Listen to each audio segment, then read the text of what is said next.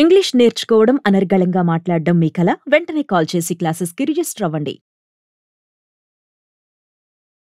నమస్తే, welcome back to Suman T. ప్రస్తుతం మనతో పాటు ఉన్నారు consumers affairs committee chairman Mandari Krishna Reddy గారు. నమస్తే సార్. నమస్తే అమ్మా.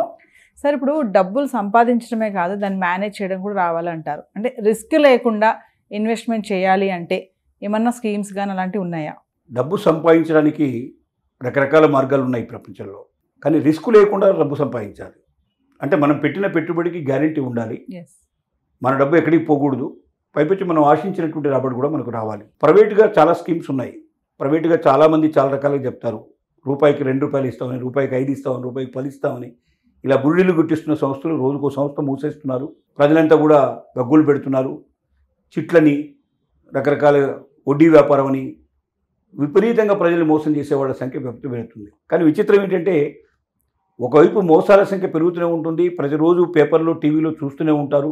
మళ్ళీ తెల్లారిపోయి అలాంటి వాడి దగ్గర పెట్టుబడి పెడుతూనే ఉంటారు.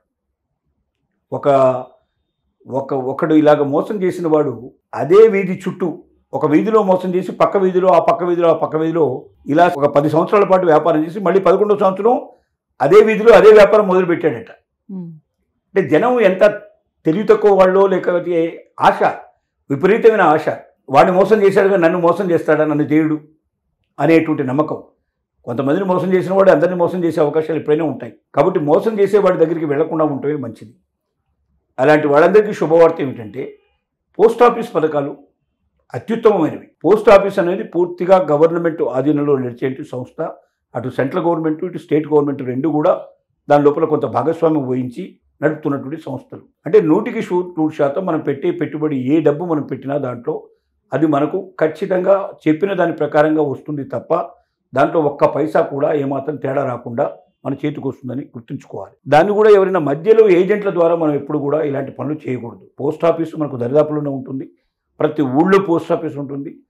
ప్రతి వీధిలో ఉండే అవకాశం ఉంది. కనీసం ఒక వీధిలో లేకపోయినా ఒక ఏరియా పోస్ట్ ఆఫీస్ అయినా కంపల్సరీగా మనకు దొరుకుతుంది.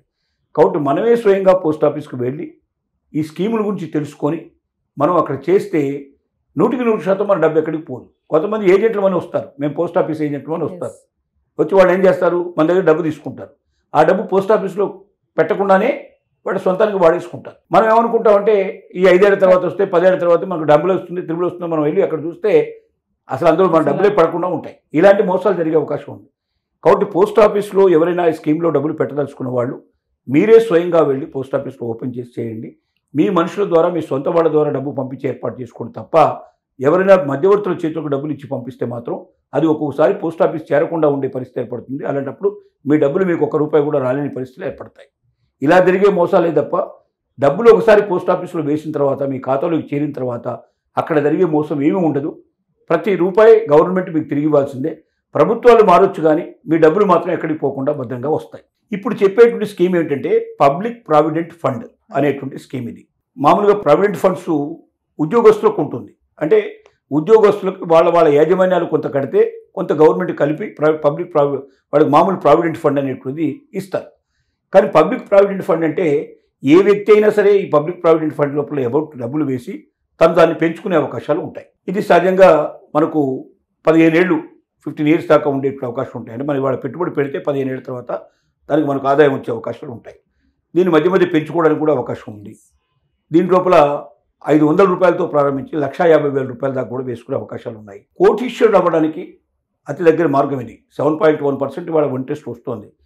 కానీ ఈ 20 ఇయర్స్లో మనం పెంచుకుంటూ కూడా పోవచ్చు. దాన్ని అలా పెంచుకుంటూ పోయి 20 ఏళ్లలో కోటీశ్వరుడు కావడానికి కూడా దీని ద్వారా మనకు మార్గాలు ఉన్నాయి. ఇంట్రెస్ట్ ఉండేవాళ్ళు పోస్ట్ ఆఫీస్కి ఒకసారి వెళ్ళి ఎంక్వైరీ చేసినట్టయితే ఈ విషయాలన్నీ మనం తెలుసుకొని రెగ్యులర్గా మనం దాంట్లో డిపాజిట్ చేసుకుంటూ వెళ్ళినట్టయితే బాగుంటుంది. రెండోది ఏంటంటే ఈ వడ్డీ ఎలా క్యాలిక్యులేట్ చేస్తారు దీంట్లో అంటే 5వ తారీఖు లోపల మీరు డబ్బులు వేస్తేనే మీకు 6వ తారీఖు క్యాలిక్యులేషను, అంటే ఆ నెల క్యాలిక్యులేషన్ వస్తుంది. మీరు 5వ తారీఖు దాటి 6వ తారీఖు మీరు డబ్బులు వేస్తే ఆ నెలలో మీకు వడ్డీ రాదు. నెక్స్ట్ మంత్కే వడ్డీ మళ్ళీ స్టార్ట్ అవుతుంది మీకు. కాబట్టి ఎప్పుడు మీరు వేసిన డబ్బులు 5వ తారీఖు లోపల వేయాలి తప్ప మీరు కట్టుకున్నటువంటి మీ స్కీమ్లోనే మీరు ఎవ్రీ మంత్ 5th లోపల డబ్బులు డిపాజిట్ చేయాలి. 5th దాటిందంటే 6thలో వేశారంటే ఆ మంత్కు మీకు ఇంట్రెస్ట్ రాదు, మీరు నష్టపోతారు. కాబట్టి ఎప్పుడు కూడా మీరు జ్ఞాపకం ఉంచుకోవాల్సింది పోస్ట్ ఆఫీస్ పథకాలు ఎందులో అయినా సరే 5th లోపలే డబ్బులు పెట్టుకోవాలి. 5th లోపల దాటిన తర్వాత ఇన్స్టాల్మెంట్ కట్టడానికి మీరు ప్రయత్నం చేయకూడదు. అలా చేసినట్టయితే ఒక నెల నష్టపోతారు మీరు డబ్బులు. దీన్ని దృష్టిలో పెట్టుకుని చేయాల్సిందిగా తెలియజేసుకుంటున్నాం.